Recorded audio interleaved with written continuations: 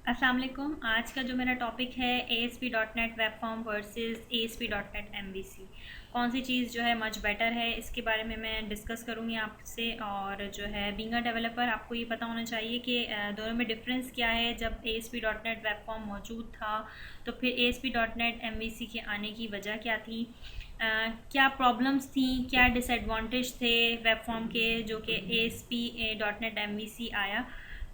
तो सबसे पहले तो मैं ये चीज़ क्लियर करूँगी कि देखिए, किसी नई चीज़ के आने से हम ये नहीं कह सकते कि पुरानी चीज़ जो है ख़त्म हो चुकी है। अभी भी स्टिल ASP.NET वेब फॉर्म पे काम हो रहा है। बहुत से लोग ASP.NET वेब फॉर्म को ही जो है कंसीडर करते हैं।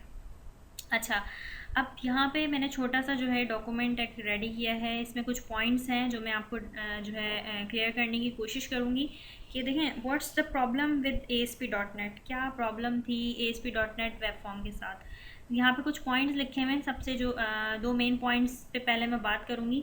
परफॉर्मेंस का इशू लिखा हुआ है कि ASP.NEट वेब फॉर्म में जो है परफॉर्मेंस का जो है इशू था।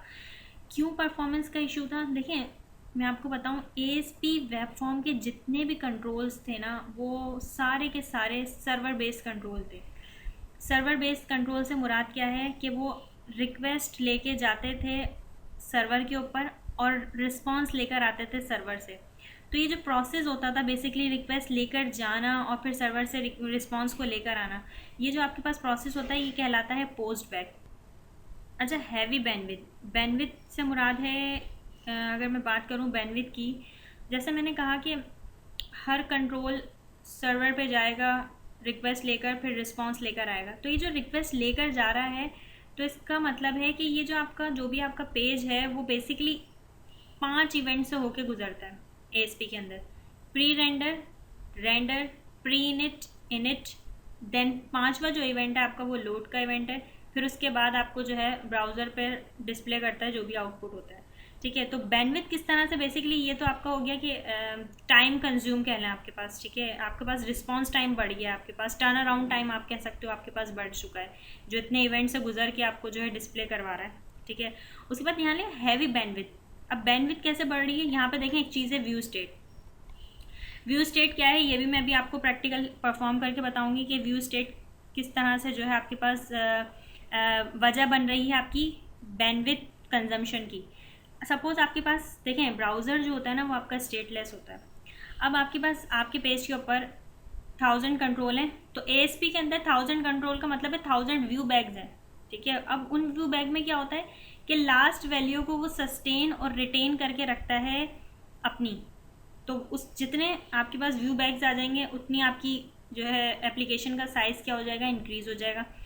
तो आप इसकी एग्जांपल आपको मैं एक अच्छी सी पिक्चर दिखाती हूँ, उसमें आपको क्लियर हो जाएगा। जैसे आपकी एप्लीकेशन का साइज़ इतना कुछ इंक्रीज़ हो जाएगा।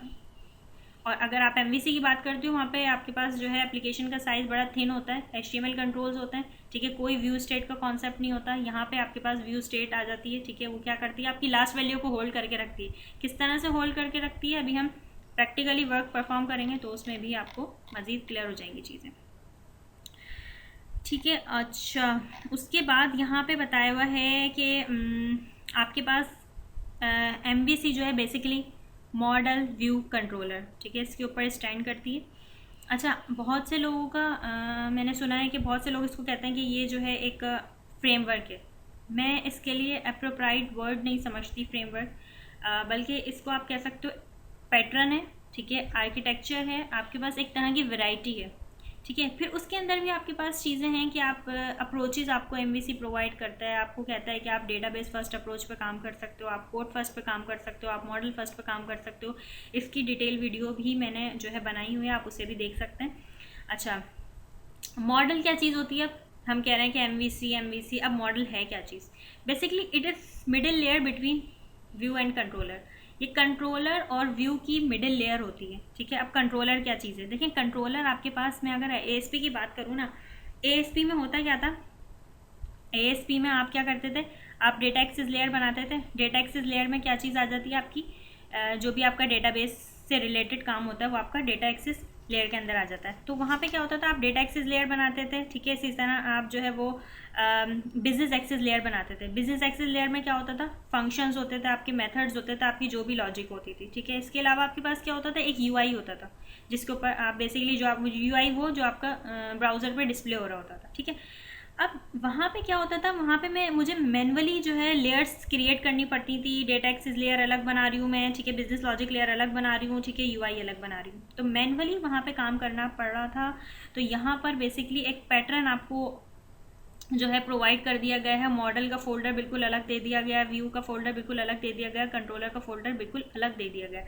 मॉडल आप कह सकते हो, आपके पास जो मॉडल है उसके अंदर आपकी क्लासेस होंगी, ठीक है, आपके जो भी आपका डेटा एक्सेस लेयर आप कह सकते हो आपका मॉडल है, ठीक है। इसी तरह व्यू जो कि आपकी वहाँ पे यूआई थी, यहाँ पे आपकी प्रेजेंटेशन लेयर जो कि आपका यूआई होगा वो व्यू के अंदर होगा। कंट्रोलर क्या है, कंट्रोलर को एमवीसी का हर्ट भी कहा जाता है। इसके अंदर बेसिकली फंक्शंस होंगे, इसके अंदर मेथड्स होंगे, ठीक है। बिल्कुल वही वैसे ही चीज़ है जो कि वहाँ मैनुअली आपको करनी पड़ रही थी, और यहाँ पे एक जो है अच्छा पैटर्न आपको प्रोवाइड कर दिया गया है अलग अलग फोल्डर्स की फॉर्म में। अब यहाँ पे आसानी भी होगी, मुझे किसी एक पेज का व्यू चेंज करना है, मैं आराम से व्यू के फोल्डर में जाके उसका जो है वो व्यू चेंज कर सकती हूँ इजीली। अच्छा, ये जो बेसिकली काम करता है किस तरह से, सपोज मैं कह रही हूँ कि बटन से रिक्वेस्ट गई। बटन कहाँ मौजूद होता है आपका, आप कह सकते हो आपका जो है बटन यूआई से रिक्वेस्ट गई है, ठीक है। यूआई से रिक्वेस्ट जाएगी बिजनेस लॉजिक लेयर को। बिजनेस लॉजिक लेयर जो है बेसिकली डेटा एक्सेस लेयर से कम्युनिकेट करेगी। डेटा एक्सेस लेयर पर आपका डेटाबेस जो है कनेक्ट होता है, ठीक है। वो रिस्पॉन्स देगा आपका बिजनेस लॉजिक लेयर को, वो बिजनेस एक्सेस लेयर से कम्युनिकेट करेगा, देन आपका जो है डिस्प्ले हो जाएगा व्यू के ऊपर जो भी आपका आउटपुट होगा, ठीक है। तो इस तरह से जो है ये एमवीसी की जो है साइकिल काम कर रही होती है। अच्छा, फीचर्स क्या हैं इसके, लाइट वेटेड है। क्यों लाइट वेटेड है, जैसे मैंने आपको कहा कि HTML कंट्रोल्स हैं यहाँ पर सारे के सारे, ठीक है। और आपको ये बता रहा है कि model view controller based architecture है इसका, जैसे मैंने अभी आपसे डिस्कस की हैं चीज़ें। It is not server control. Instead, a designer can design a page in pure HTML और CSS यूज़ करते हुए जो है एक डिज़ाइनर अपना पेज जो है क्रिएट कर सकता है। व्यू स्टेट इसके अंदर एग्जिस्ट नहीं करती, माइक्रोसॉफ्ट ने रिमूव कर दी इसके अंदर से व्यू स्टेट, ठीक है। और जो है आप कह सकते हो कि आपकी हर लेयर अलग हो गई है, बिजनेस एक्सेस लेयर अलग हो गई है, डेटा एक्सेस लेयर अलग हो गई है, और आपके पास इस तरह से प्रेजेंटेशन लेयर, तीनों लेयर्स को उसने क्या कर दिया, सेपरेट कर दिया।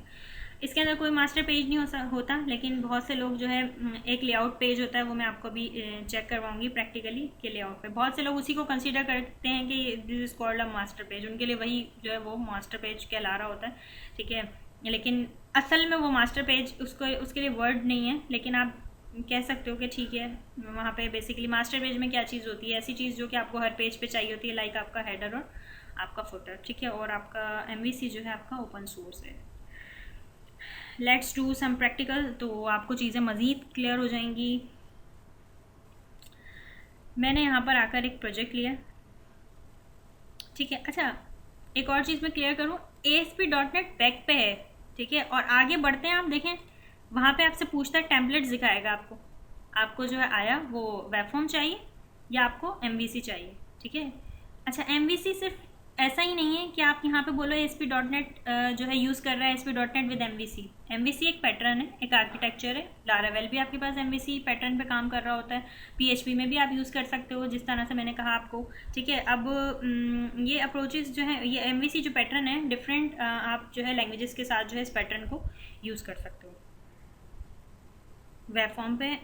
और मैंने एम्प्टी यहाँ पे सेलेक्ट किया, यहाँ से वेब फॉर्म, और मैंने यहाँ पे ओके करवा दी। यहाँ पे मैं एक अदद फॉर्म ऐड कर रही हूँ, मैंने ऐड पे क्लिक किया और मैंने यहाँ से एक अदद फॉर्म ऐड कर दिया। अच्छा, जितनी भी बातें मैंने आपसे की हैं, मैंने आपसे व्यू स्टेट की बात की, मैंने आपसे अब कहा कि ये जो है सर्वर बेस्ड कंट्रोल होते हैं, ठीक है। इनको मैं अभी दिखाऊंगी आपको, ये जो चीज़ मैंने आपसे कही है।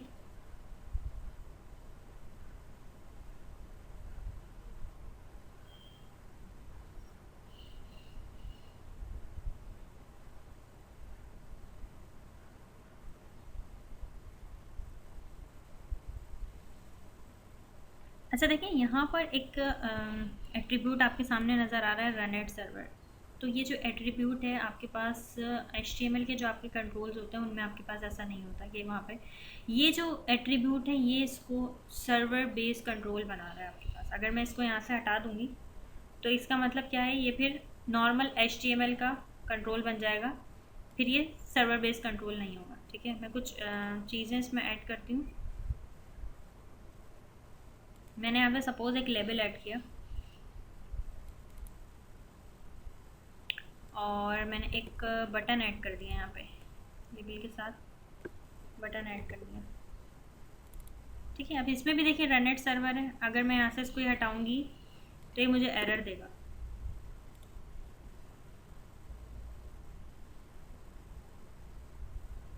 क्यों? क्योंकि ये सर्वर बेस्ड कंट्रोल है। ठीक है,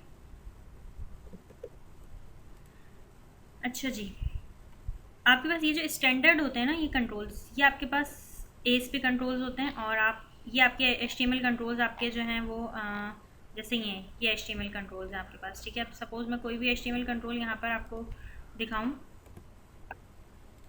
ये देखें, इसका बटन चेक करें और इसका बटन चेक करें तो आप ये कह सकते हैं ये आपके पास वेब फॉर्म का बटन है। ठीक है, जो कि सर्वर कंट्रोल है।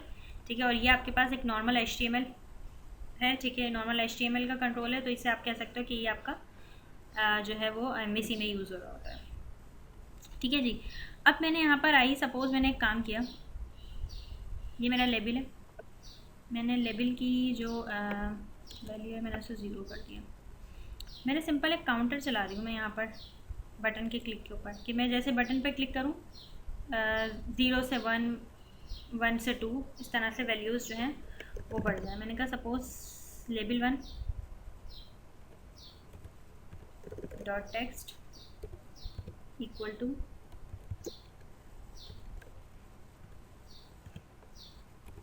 इन dot parse label 1 dot text, और इसके अंदर मैंने 1 का इंक्रीमेंट करवा दिया कि एक एक नंबर जो है वो इंक्रीज़ होता जाए। ठीक है, इसको डॉट टू स्ट्रिंग में मैंने कन्वर्ट कर दिया। रन करती हूँ, आपको दिखाती हूँ।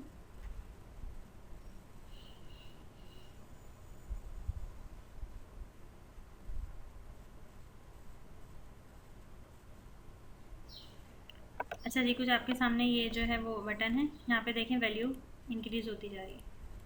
ठीक है, अब मैं एक काम करती हूँ, मैं यहाँ पर आई,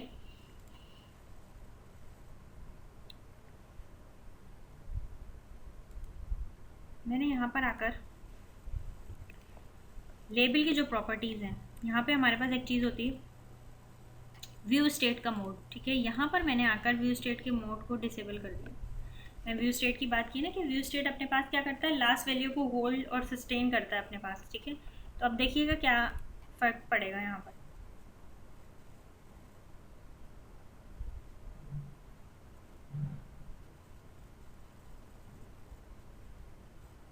देखें, अब अगर मैं देखिए 1 किया इसने, आगे ये इंक्रीज़ नहीं कर रहा। क्यों नहीं इंक्रीज़ कर रहा?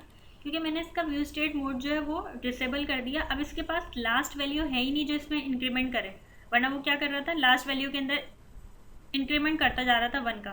1 थी तो उसके अंदर ऐड कर रहा था 2, 2 थी तो उसके अंदर ऐड कर रहा था +1 मज़ीद ऐड कर रहा था उसके अंदर। ठीक है, तो इस तरह से +1 का इंक्रीमेंट होता जा रहा था हमारे पास। तो ये जो लास्ट वैल्यू कहाँ पे सस्टेन हो रही थी, वो बेसिकली व्यू स्टेट अपने पास होल्ड कर रहा था। यहाँ पे कोई डेटाबेस मौजूद नहीं है कि वो चेक करे डेटाबेस में लास्ट वैल्यू क्या थी फिर उसके अंदर जो है 1 इंक्रीमेंट कर दें, ऐसा नहीं है। बल्कि क्या हो रहा था, यहाँ पे व्यू स्टेट अपने पास वैल्यू को होल्ड करता था और वो वैल्यू जो है मज़ीद फर्दर जो है प्रोसीड होती थी, लास्ट वैल्यू जो उसको मिलती थी। इस तरह से आपके पास जो है व्यू स्टेट। अब देखिए यहाँ तो मेरे पास एक ही कंट्रोल है, तो यहाँ पे व्यू स्टेट आपके पास जो है वो एक फ़ायदा भी हो व्यू स्टेट का। जहाँ डिसएडवांटेज है, जहाँ बैंडविड्थ इंक्रीज़ कर रहा है, क्योंकि आपके पास बहुत सारे कंट्रोल्स आपके पेज पे पड़े हुए हैं, तो उतने ही आपके पास व्यू स्टेट होंगे, व्यू बैग्स होंगे। तो वो क्या करेगा, आपकी एप्लीकेशन का साइज़ जो है बेसिकली बैंडविड्थ जो है वो ज़्यादा होगी, ज़्यादा कंज्यूम करेगा और एप्लीकेशन का साइज़ आपका हैवी हो जाएगा। एक एडवांटेज ये भी है कि लास्ट वैल्यू होल्ड कर रहा है, तो डिसएडवांटेज ये भी है कि वो कंज्यूम कर रहा है बैंडविड्थ और आपका रिस्पांस टाइम भी आपका बढ़ रहा है। क्यों रिस्पांस टाइम बढ़ रहा है? जैसे मैंने बात की कि इतने सारे इवेंट्स से होकर ये आपके पास गुजर रहा होता है। अच्छा, अब प्रोजेक्ट लेते हैं MVC का, उसका भी आपको जो है वो स्ट्रक्चर हम समझा देते हैं। यहाँ पे ऑप्शन है आपके पास, ठीक है, कि आप कौन सा जो है वो टेम्पलेट यूज़ करना चाहते हो। मैंने यहाँ पे MVC लिया। अब MVC में ना यहाँ पर आप अगर MT लेते हो तो देखें ये ऑप्शन आपके पास डिसेबल होता है, लेकिन अगर आप MVC टेम्पलेट लेते हो तो यहाँ से आपसे वो पूछता है कि वो आपको ऑथेंटिकेशन कौन सी चाहिए। नो ऑथेंटिकेशन का मतलब होता है कि आपकी एप्लीकेशन बिना किसी जो है वो आईडी और पासवर्ड के कोई लॉगिन पेज और कोई रजिस्ट्रेशन पेज आपके पास मौजूद नहीं होगा, ठीक है। इंडिविजुअल यूज़र ऑथेंटिकेशन की अगर मैं बात करूँ तो individual user authentication by default जब आप प्रोजेक्ट लेते हो तो वो सेलेक्ट हुआ हुआ आता है, और इसका मतलब ये होता है कि एक अदद आपके पास लॉगिन होगा, रजिस्ट्रेशन पेज आपके पास मौजूद होगा, वो बनाकर आपको देगा, ठीक है। इसके अंदर क्या होता है, अगर आप क्लाउड बेस्ड काम कर रहे हो तो आप यहाँ पर ये वाली चीज़ यूज़ कर सकते हो। विंडोज़ ऑथेंटिकेशन आपके पास, जैसे हमारे पास विंडोज़ ऑथेंटिकेशन काम कर रही होती है। नो ऑथेंटिकेशन मैंने यहाँ पे लिया, मैंने नो ऑथेंटिकेशन पे चेक लगाया और मैंने ओके कर दिया। अब जैसे मैंने आपसे कहा कि MVC एक आपको ऑर्गेनाइज वे में जो है वो चीज़ें प्रोवाइड कर रहा है, मॉडल अलग, व्यू अलग, कंट्रोलर अलग। तो आपके सामने यहाँ पे देखिएगा प्रोजेक्ट में कुछ इसी तरह आएगा। डेटा एक्सेस लेयर अलग होगी, ठीक है, आपके पास बिजनेस लॉजिक लेयर अलग होगी जो कि आपका कंट्रोलर होगा, और आपके पास प्रेजेंटेशन लेयर अलग होगी जो कि आपका GUI होगा, UI होगा, ठीक है।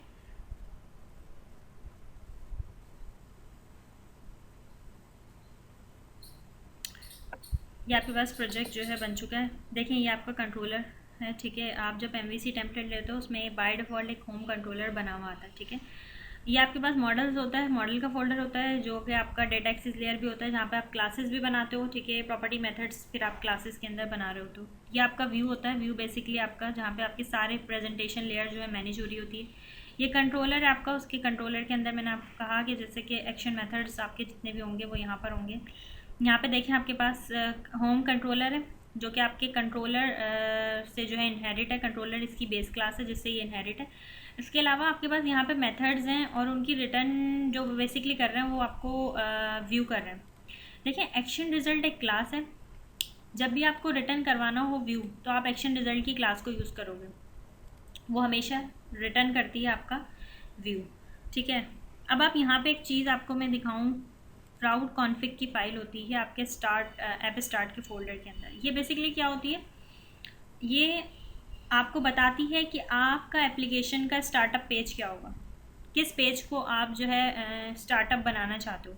तो वहाँ पर आपको यहाँ पे बताना पड़ता है कौन सा कंट्रोलर और उसमें कौन से एक्शन मेथड को आपने जो है एग्जीक्यूट करवाना है जब आपकी एप्लीकेशन जो है ब्राउज़र पे रन हो रही होगी। तो अभी देखिए मैंने यहाँ पे क्या कहा है, होम मेरा कंट्रोलर, और जो यहाँ पे बाय डिफ़ॉल्ट ये हुआ है, ठीक है, और इंडेक्स उसका एक्शन मेथड आया, ठीक है। इसको मैं अगर रन करूँगी तो आपके सामने कुछ होम मेरा जो है कंट्रोलर में से होम मेरा कंट्रोलर है और एक्शन मेथड मेरा क्या है, इंडेक्स मेरा एक्शन मेथड होगा। आप चेंज भी कर सकते हो यहाँ से। अगर आप चाहते हो कि आपका कोई और पेज जो है वो स्टार्टअप हो तो आप वो यहाँ से स्टार्टअप पेज अपना चेंज कर सकते हो। सामने जो पेज आया है वो बेसिकली होम जो है आपके सामने पेज यहाँ पे एग्जीक्यूट हुआ है, होम कंट्रोलर, उसमें से एक्शन मेथड जो है, अगर मैं आपको यहाँ पे स्लैश करके होम मेरा कंट्रोलर, ठीक है। अच्छा होम कंट्रोलर है। अब ये जो कंट्रोलर का वर्ड है ना आपके पास, जो अभी मैं आपको दिखाती हूँ, यहाँ पर कंट्रोलर जो है बेसिकली रिजर्व वर्ड होता है। मैंने कहा सपोज होम मेरा कंट्रोलर, उसमें से इंडेक्स मेरा एक्शन मेथड रन हो, तो ये रन हो रहा है क्योंकि राउट कॉन्फ़िग के अंदर ये वाली जो चीज़ है वो सेट है। अगर आप चाहते हो कि कोई और सा मेथड जो है वो मैं चाहती हूँ कि मेरा अबाउट का मेथड, 3 मेथड वहाँ पे बने हुए थे जिस तरह से, मैंने यहाँ का अबाउट का मेथड मेरे पास आया, तो देखें अबाउट का पेज मेरे पास ओपन हो गया। अब मैं चाहती हूँ नहीं, मेरे पास जो है वो इसी तरह आपके पास एक और था वहाँ पे कॉन्टैक्ट का, आपने इस तरह से आपको, अच्छा कॉन्टैक्ट कॉन्टैक्ट है, सॉरी, ठीक है। तो इस तरह से आपके पास कॉन्टैक्ट का पेज भी आपके पास ओपन हो जाएगा इस तरह से। तो आप यहाँ से स्टार्टअप अपना चेंज कर सकते हैं। अच्छा आप एक चीज़ देखें कि ये मैं जो भी पेज एक्सेस कर रही हूँ, मैं इंडेक्स का पेज मैंने एक्सेस किया, एक चीज़ यहाँ पे फिक्स्ड है जो कि आपकी नैव बार है और आपका फुटर है। ये कैसे फिक्स्ड है, कहाँ से ये आ रही है, ये मैं आपको बताऊँगी। मैंने आपसे लेआउट की बात की थी, मैं जब आपको यहाँ पे डिफ़ाइन कर रही थी तो मैंने आपको कहा था कि यहाँ पे एक लेआउट का पेज होता है। आप शेयर्ड के फोल्डर के अंदर आएंगे, CSHTML का एक पेज होता है, ठीक है, लेआउट CSHTML। ये जब मैं आपको फर्दर पढ़ाऊँगी कि रेजर सिंटेक्स क्या होता है, CSHTML क्या चीज़ है, ब्लेंडिंग होती है, समझ लें आप C शार्प की और आपके पास जो है वो HTML की दोनों मिक्स करके आप यहाँ पे जो है वो रेजर सिंटेक्स के अंदर लिख सकते हो। C शार्प लिखने के लिए आपको जो है वो क्या चीज़ करनी पड़ता है, और HTML भी आप यहाँ पे सिंपल HTML अपनी जो है राइट डाउन कर सकते हैं। अब आपके पास देखिए यहाँ पर जो चीज़ें आ रही थी, मैं आपको कह रही हूँ कि हर पेज पे हेडर और फुटर किस तरह से आ रहा है। ये आपके पास एक अदद मेथड है रेंडर बॉडी का। अगर मैं इस मेथड को यहाँ पर कमेंट कर दूँ, ठीक है, ये वो मेथड है जो कि आपके लेआउट के पेज को कॉल कर रहा है। और ये जो मेथड है ये बेसिकली कनेक्ट होता है आपका इससे, व्यू स्टार्ट से, देखें इससे, जो कि इस पेज को बेसिकली कॉल कर रहा है। अब अगर मैं इसको एग्जीक्यूट करूँगी तो एरर आएगा। वो कहेगा भाई आपके पास जो है रेंडर बॉडी का एक अदद मेथड है और जो है वो लेआउट पेज को कॉल नहीं कर पा रहा। तो ये मेथड ये काम कर रहा होता है। ये जो आप देख रहे हो कंटेंट जो है बेसिकली चेंज हो रहा है। कंटेंट देखा था आपने, होम के ऊपर होम का शो गया था, अबाउट पे अबाउट का शो गया था, कॉन्टैक्ट अस पे कॉन्टैक्ट अस का शो गया था। तो ये रेंडर कर रहा है आपके डिफरेंट कंटेंट को, जो चेंज हो रहा है कंटेंट, ये वाला मेथड है जो कि चेंज करवा रहा है आपके लेआउट पेज कॉल नहीं होगा यहाँ से। अगर आप इसको जो है और मैं रन करूँगी तो तब भी आपके पास यही एरर आएगा। चले मैं रन करके आपको एक बार चेक करवा देती हूँ ताकि आपको क्लियर हो जाए।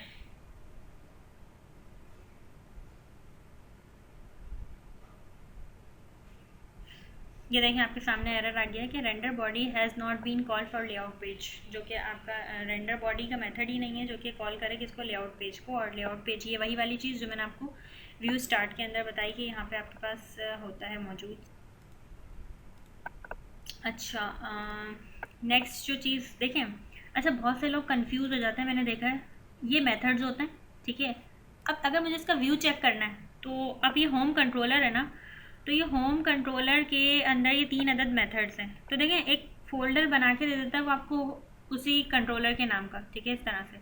अब जब मैं इसके ऊपर गो टू व्यू करूँगी तो ये मेथड इस व्यू को लेकर आ रहा है, ठीक है। अब कुछ लोग समझते हैं कि ये जो है मैं ब्राउज़र पे जो लिखती हूँ, मैंने आपको ब्राउज़र पे यहाँ पे देखें home/index लिख के दिखाया था। तो ये इंडेक्स आपके व्यू का नाम नहीं है, ये आपके कंट्रोलर का नाम है, ये आपके एक्शन मेथड का नाम है, ठीक है। एक्शन मेथड मतलब ये चेंज भी हो सकता है, ठीक है आपका। तो फिर वो इनको लेकर आ रहा है, इन पेजेस को, जो कि ये व्यू है, ठीक है, वो इनको व्यू करवा रहा है। ये मेथड्स इनको व्यू करवा रहा है। अच्छा, मैं एक काम करती हूँ, मैं एक अदद कंट्रोलर ऐड कर रही हूँ। सिंपल सी एग्जांपल एक कर लेते हैं। मैंने कंट्रोलर ऐड किया। अच्छा, सपोज़ मैंने एम्प्टी कंट्रोलर ऐड कर लिया यहाँ पर और मैंने उसको नाम दे दिया सपोज़ टेस्ट। अच्छा देखें, जब मैं नाम दे रही थी आपको सामने यहाँ पे दिखाऊं तो इसने इसको हाईलाइट किया, मतलब वो कह रहा है कि आपने इधर नेम अपना चेंज करना है, आपने कंट्रोलर का जो वर्ड है उससे नहीं छेड़ना, क्योंकि ये रिजर्व वर्ड है, इससे आपने नहीं छेड़ना, ठीक है। मैंने यहाँ पर बोला टेस्ट कंट्रोलर ऐड कर दें और मैंने एम्प्टी कंट्रोलर ऐड करवा लिया।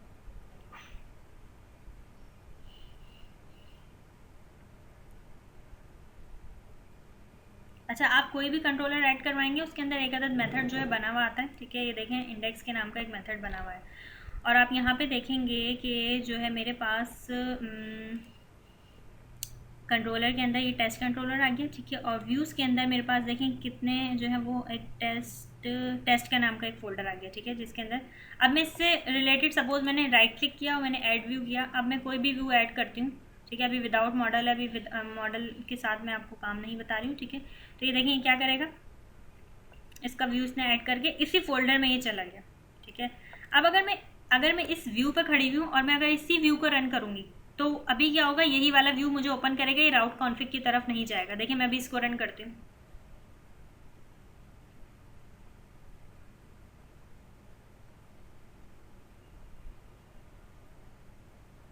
ये देखें इसने मुझे इसका व्यू रिटर्न किया है। और यहाँ पे देखें इसने खुद ही टेस्ट कंट्रोलर और इंडेक्स उसका एक्शन मेथड खुद ही पिक किया है। क्यों? क्योंकि मैंने उसी जो है वो व्यू पे खड़े होकर उसी को रन किया था, तो ये राउट के पेज के ऊपर राउट वाला पेज इसने रन नहीं करवाया। राउट का मतलब होम और इंडेक्स इसका नहीं आया। मैं एक काम करती हूँ, मैं एक अदद जो है वो अच्छा ये तो रिटर्न कर रहा था व्यू, ठीक है। मैंने एक काम किया, मैंने एक मेथड बनाया यहाँ पर, मैंने एक नॉर्मल मेथड बना दिया। मैंने कहा सपोज़ स्ट्रिंग, और मैंने यहाँ पे दे दिया उसको नेम। और अब मैंने इसको रिटर्न कहा कि मुझे रिटर्न करेगा बेसिकली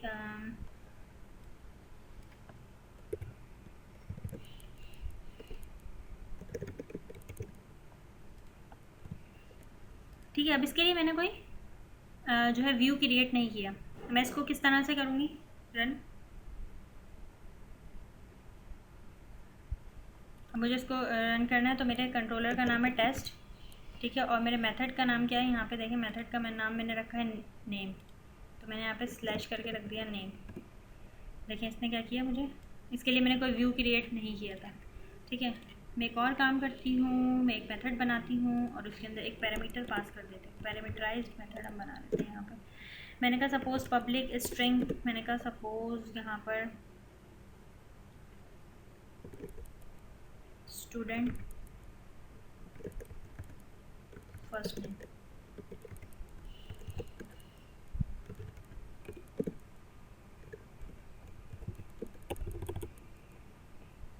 मैंने कहा मुझे रिटर्न करेगा